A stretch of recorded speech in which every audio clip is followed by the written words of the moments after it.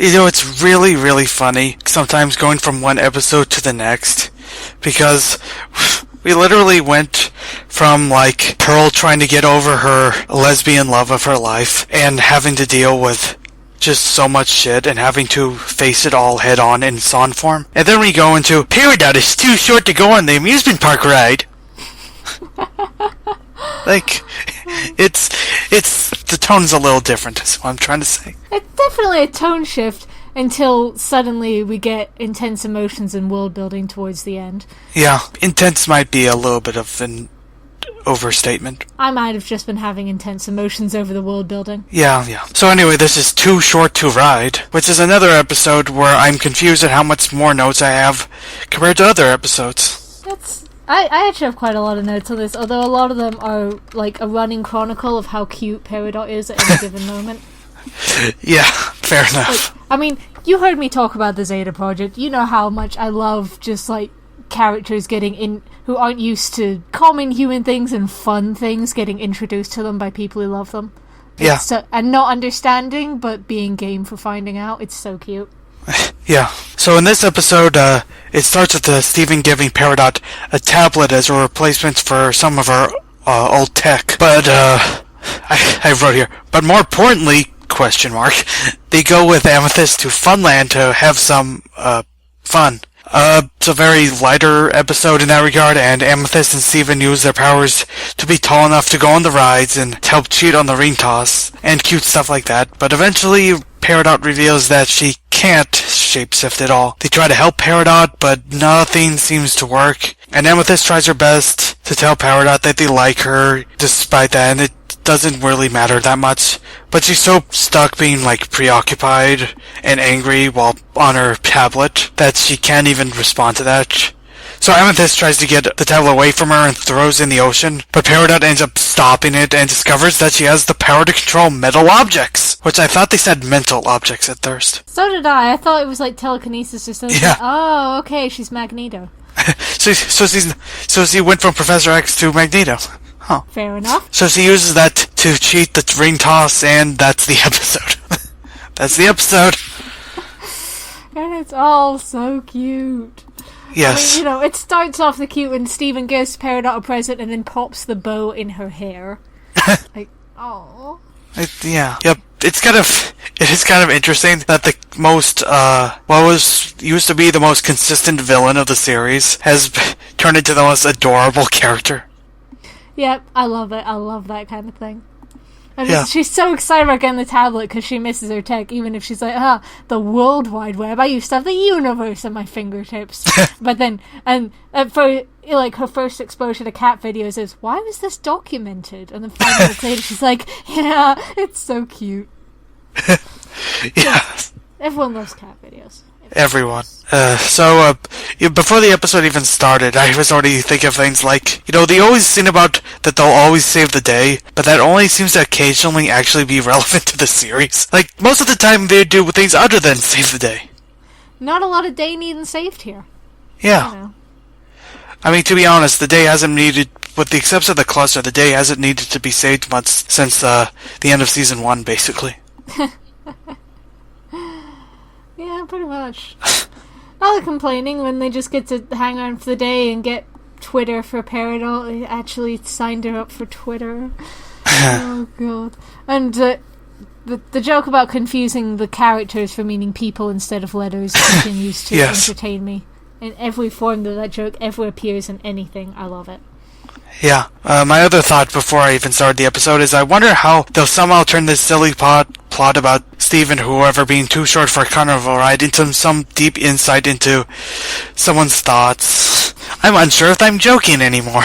It's really hard to tell. It was really interesting, actually, where they spun it into Peridot not being able to shapeshift for some reason. And her issue with that, which I didn't expect to be as serious as it turned out to be. Yeah. Like, I know we're jumping right ahead to the end of the episode, but the bit where she talks about suddenly world building happens, and she's like, Era 2 Peridot, and Homeworld's resources are running low, which explains them mining other planets, you know. They can't make gems with powers, that's why she has technological enhancements instead. I'm so like, oh god, this explains so much of her apparent superiority complex. She's actually feeling super inferior because she doesn't have powers and has to rely on technological gadgets, so she shits all over people to make herself feel better. Oh, baby. And then, I kind of expected them to be doing the thing where it's like, haha, we're going to destroy your one treasured possession and now you're going to suddenly manifest shape-shifting powers. It's like, actually, no. She turns into Magneto instead. Which also, like I said, I'm on board with that. Yeah. I will say, I don't actually care about this too much, but I do find it a bit interesting that they try to do this, like, sort of thing, like, no, it's okay that you don't have these super special powers, and then she gets super special powers. So it's, like, I think that kind of misses the point a little on your theme. There is a little bit of that, yeah. It's like, it's okay that you're not special, except you are. Yeah. I don't know. It's, considering literally not having any powers at all might have been maybe there's someone. You do remember this is mainly for kids, right? You gotta get cool powers. Well, but the thing about that is I don't think you necessarily had to, because it's pretty apparent that she could make really powerful machines on her own anyway. So I thought, they're just gonna have her be the normal person but can make great robots and stuff, and that'll be her power. She's the awesome tech person. Oh wait, no, she has powers. I guess now she'll use that to make even better robots. But so yeah, the middle manipulation powers are really handy for, building shit, so yeah, it works. That's the thing I wanted to bring up immediately, is that I was pretty much 50-50 on whether Peridot or Lapis would actually show up anytime soon, because it would make sense they would show up, because it's not actually that huge a distance to get to a warpad to get to the temple. So yeah. Though I don't have anything else to add to that, so I'm not sure. I was happy to see Peridot. I was also actually kind of happy to see Amethyst, because honestly, I think it's been a while since we've seen Amethyst do a lot in an episode.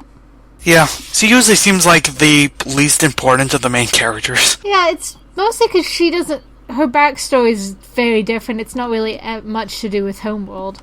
No. So, but I would like it to be explored a little more, just the issues she has with how she's made and how she exists. Yeah. But seeing her hanging out with Steven and Peridot in the short squad was cute too. Yeah. Because, so much cute stuff. Like, Peridot going, hanging out, oh, that's a friend thing. Let's hang out. So I'm just like, oh, my precious child. And she's so enthusiastic about learning about the concept of roller coasters. Yes. Oh, it's...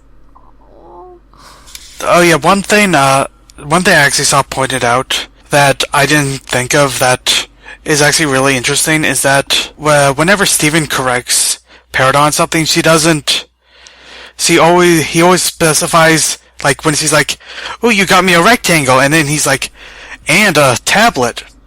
So he doesn't even want to, like, actively say that she's wrong. Yeah, which is kind of sweet. He's never like, nope, you're wrong. He's just like, yes, but also. Yeah. I mean, to be fair, it is still a rectangle. It is.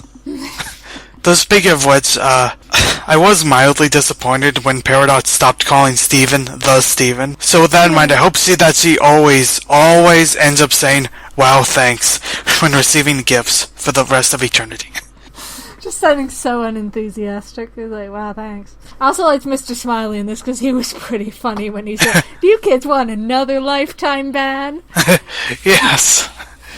And also to we're a bit understaffed, we're a bit funderstaffed. Oh, that's so funny. Glad you think so. I haven't seen a bed in 6 days. I'm like, oh god, I know that feeling. Poor Mr. Smiley. I think that's supposed to be almost like a meta joke. Like a joke in the fact that they don't actually put that many characters, like background characters in a series. Like, oh god. So it always looks like he's the only one working there. I didn't even think about it on that level. I know that retail feeling. But and just when they realize the game is rigged in Peridot, I didn't save Earth for this. Yeah. It's true. Rigged carnival games are one of the great evils of our world. Yes. I do love how much Mr. Smiley's also an idiot. Like, cause seriously, like, just like, Steven just stretches out his legs, and he just goes by Mr. Smiley, and he's just like, that's maybe something odd. Oh well. He wasn't that tall a minute ago, but oh well. Oh well. Whatever. We only have 11 minutes. Yeah. Oh, and God, the bit where he's like, "Oh, look, what's that? Is that onion setting the roller coaster on fire? I'm not gonna fall for that." Oh shit! Onion's literally setting the roller coaster. he had like what was it, like 2 bits of cotton candy on fire. Yeah. Oh God, that child is so strange. What is he? Yeah. What? And apparently he's done it before. This has happened multiple times. Yeah. It's happened plenty of times before. Like, I'm not surprised, but I'm just, what is this child? Yeah. Speak of weird childs, why would Steven ever try to make a cat finger again? Oh God, I noped so hard when I saw this. Like, no, don't do cat fingers. No. He immediately puts his finger in the water. Yeah, even he realizes it's a bad idea after half a second. Yeah. And runs screaming. It's great. I also love how they just made their tongues long just because. To Like lick their elbows. Of course. So they could lick their elbows. It's great. Reminded me of like, honestly, it kind of reminded me of like the old like Yoshi story commercial. But like it's 2 radical dudes, but the Yoshi has a giant tongue, so we have to have a giant. Good times. Okay then. 90s commercials are weird. The 90s were weird. Just the entire of the 90s. Yeah. But I did like a lot of the jokes. I love the quotes. I love when Steven says that Greg originally about this, but he said oversaturated media being a plague to one's mind or something like that. So media oversaturation is a plague to one's mind, yeah. Yeah. And he's so casual about it. He's just like, yeah, don't even really know what that means, but yeah, Dad said so. Yeah. Not that Peridot cares, she's just like, technology. Yeah. At one point, that Peridot is like, "You brought me to a sign!" She's like, should I be excited about this? Yeah. And her adorable thing with the alien. Yes, I just love how she loves the alien doll so much. I'm like, no, Peridot, it's an alien, like you. You know, that's a very weird part of the episode when you think about it. Like, Peridot appreciating stereotypical aliens. Like, I have a feeling I'm putting more thought into it than the people who did this did, but is that just kind of awkward considering aliens exist? Is it racist that those dolls exist? I don't care, but seriously, that's weird. Well, Sheila, and the shot at the very end of the episode of her getting the doll and hugging it was so cute. Yes. She got her dolly. It's so adorable. Also, I love the friendship speech Amethyst gives her. Yeah. Like, especially because Amethyst and Peridot were so opposed when Peridot first started hanging out, like, more than anybody else. I think it's sweet that Amethyst is the one who's like, no, we're not hanging out with you for who you could be, we like you for who you are. I'm just like, yes. Feelings. Feelings in my Steven universe, it's more likely than you think. And I already think it's pretty likely. But yeah, do you know, I thought for a lot of the episode it wasn't that Peridot couldn't shapeshift, it was just that she didn't, because they don't do that on Homeworld. Because, like, she did bring up intended form a couple times, so she's like, is it, like, a really bad idea to shapeshift out of your intended form on Homeworld? Because they do, like, you know, it's shown that they don't fuse with different gems on Homeworld, they just have a lot of identical-looking gems fuse into a giant identical-looking version of the gem.